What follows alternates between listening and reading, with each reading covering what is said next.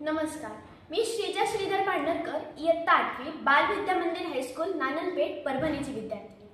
आपल्यासमोर विषय मांडते कृत्रिम बुद्धिमत्ता संधी की धोका। तर श्रोते हो, कालचं जग वेगळं होतं, आजचं जग वेगळं आहे। भूक तीच आहे, अन्न मात्र बदललेले आहे। तहान जुनीच आहे, पाणी मात्र निवळलेले आहे। वारा तोच आहे, दिशा मात्र बदललेली आहे। बुद्धी तीच आहे, अनुभूती मात्र आव्हानात्मक झालेली आहे। बदलत्या काळाप्रमाणे बदलणे हा मानवाचा उपजत स्वभावच ठरावा। परंतु या बदललेल्या बुद्धीच्या प्रगतीची परिमिती नेमकी कशामध्ये आहे? या बदलाचे संभाव्य धोके कोणते आहेत? या बदलाचा भविष्यकालीन आलेख व दिशा नेमकी कोणती? आणि सर्वात महत्त्वाचे, निर्मिती ही निर्मात्याचीच तर मात करणार नाही ना, अशी स्टीफन हॉकिंगने वर्तवलेली चिंता खरी ठरेल की काय, अशी शंका निर्माण झाली। तर मानवाने रचलेले हे यंत्र, ज्याचा आहे अजब मंत्र, कृत्रिम बुद्धिमत्तेची ही कहाणी संधी ठरणार की धोका, हीच वाणी।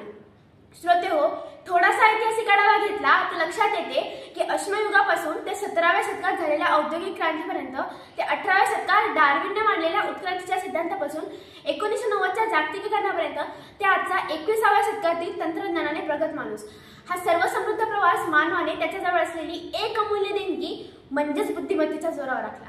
मग ते कुठले किचकट काम असो अथवा सोपे काम असो, माणूस आजवर त्याच्या बुद्धिमत्तेलाच वापरत आलाय। परंतु आज मात्र हेच काम माणसासारखा विचार करणारी यंत्र करू शकतील का, असा विचार कुठेतरी होऊ लागला। आणि याच विचारधारेतून जॉन मकार्थी यांनी 1956 साली AI म्हणजेच आर्टिफिशियल इंटेलिजन्स म्हणजेच कृत्रिम बुद्धिमत्तेचा शोध लावला। श्रोते हो, आज आपण अशा युगात जगत आहोत जिथे तंत्रज्ञान आपल्या जीवनाचा एक अविभाज्य घटक बनले आहे। आणि या तंत्रज्ञानाच्या केंद्रस्थानी आहे AI, म्हणजे अशी प्रणाली जी माणसासारखा विचार करू शकते आणि जटिल समस्या सोडवू शकते। परंतु प्रश्न हा आहे की AI आपल्यासाठी संधी ठरणार की धोका? चला दोन्ही बाजूने विचार करूया। AIच्या शोधानंतर आपण अशी अनेक ऍप्लिकेशन्स वापरतो जी आपल्याला नवनवीन संधी उपलब्ध करून देतात। राष्ट्रीय शिक्षण धोरणेनुसार आता विद्यार्थ्यांच्या विकासामध्ये आई वडील शिक्षकांसोबतच AIचाही समावेश करण्यात आलेला आहे। पूर्वी आमची आई आमच्यावर संस्कार व्हावेत म्हणून आम्हाला बाल संस्कार केंद्र आणि व्यक्तिमत्व विकास शिबिरांसाठी पाठवायची। परंतु आज मात्र अगदी 4-5 वर्षांची मुले देखील व्हाईट हॅट ज्युनियरच्या माध्यमातून कोडिंग आणि प्रोग्रामिंगचे धडे गिरवत आहेत, जो की याच AIचा धागा आहे। या AIचा हा प्रवास मला खऱ्या अर्थाने संधी वाटतो।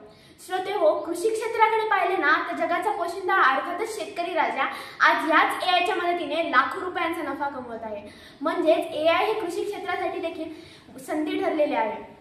AI तंत्रज्ञानाचा वापर हेल्थकेअरमध्ये रोगांचे निदान करण्यासाठी, डिजिटल मार्केटिंगमध्ये जाहिरात करण्यासाठी, हवामान खात्यात हवामानाचा अंदाज दर्शवण्यासाठी केला जातो। सौदी अरेबियाचे नागरिकत्व मिळवलेली यंत्रमानव सोफिया पासून ते टेस्लाने बनवलेल्या सेल्फ ड्रायव्हर कारपर्यंत सर्वातच AIने आपल्याला नवनवीन संधी उपलब्ध करून दिलेल्या आहेत। AIने 2018च्या नीती आयोगाप्रमाणे दळणवळण व स्मारक शहरे या काही क्षेत्रांमध्ये AI प्राधान्याने वापरले जाते। AIने आपल्याला उपलब्ध करून दिलेल्या संधींबद्दल मला बोलायचेच झाले तर मी एवढेच म्हणेन, एकीकडे हा ज्ञानाचा महासागर प्रत्येक प्रश्नाचे देतो उत्तर, रोग ओळखतो, हवामानाचा अंदाज लावतो, जीवन सुखकर बनवतो। श्रोते हो, AI हे जरी एक दुभारी शस्त्र असले तरी त्याच्या वरदानरूपी बाजू जास्त संधी वाटतात। मुळात हे एक तंत्रज्ञान आहे आणि तंत्रज्ञान हे केवळ तंत्रज्ञानच असते, ते कधीच चांगले किंवा वाईट नसते। कारण तुकाराम महाराज असं म्हणतात, तुका म्हणे दर्पणाचा ऐसा अंग, जो देखे तैसा लागे रंग।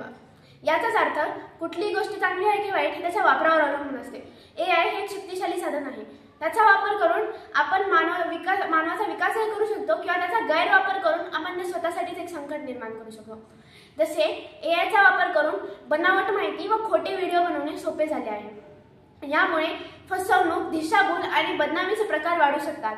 AIला मोठ्या प्रमाणात माहितीची आवश्यकता असते, यामुळे लोकांच्या वैयक्तिक माहितीचा गैरवापरही होऊ शकतो। AIमुळे प्रत्येक क्षेत्रात मानवांच्या श्रमाची गरज कमी झालेली आहे, त्यामुळे भविष्यात भरपूर लोकांना नोकरी गमावण्याची भीती आणि नैतिक पेच प्रसंग यांसारख्या समस्या निर्माण होते। AIवर जास्त अवलंबून असणाऱ्या माणसांची विचार करण्याची आणि समस्या सोडवण्याची क्षमता हळूहळू कमी होऊ शकते।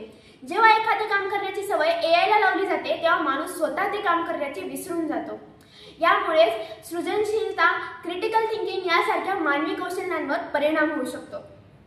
AI हे एक चाकू आहे, तो चाकू आपण भाजी कापण्यासाठी वापरू शकतो किंवा कोणाला इजा करण्यासाठीही। तो चाकू चांगला आहे की वाईट हे त्याच्या वापरावर अवलंबून असते। त्यामुळेच आपण AIचा योग्य वापर करणे शिकले पाहिजे। AI तंत्रज्ञान नियंत्रण ठेवून आपण त्याचा योग्य वापर केला पाहिजे, कारण एआयचा योग्य वापरच आपल्याला एक उज्ज्वल भविष्य आणि जगाला अधिक चांगले आणि समृद्ध बनवू शकतो।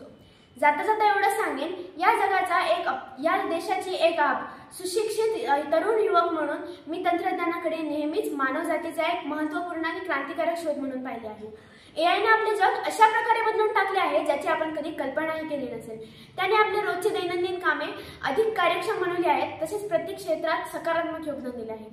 श्रोतेहो, आपण मानव केंद्रित दृष्टिकोन स्वीकारला पाहिजे, जिथे प्रत्येक व्यक्ती हे मानते की मानव स्पर्श आणि मानवी भावनांची जागा कोणीही घेऊ शकत नाही।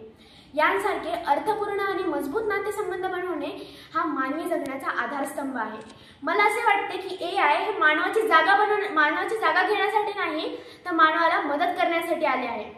एआयचा योग्य, नैतिक आणि विवेकपूर्ण वापर करून आपण त्याला एक उपयुक्त सेवक बनवू शकतो, पण धोकादायक मालक नाही।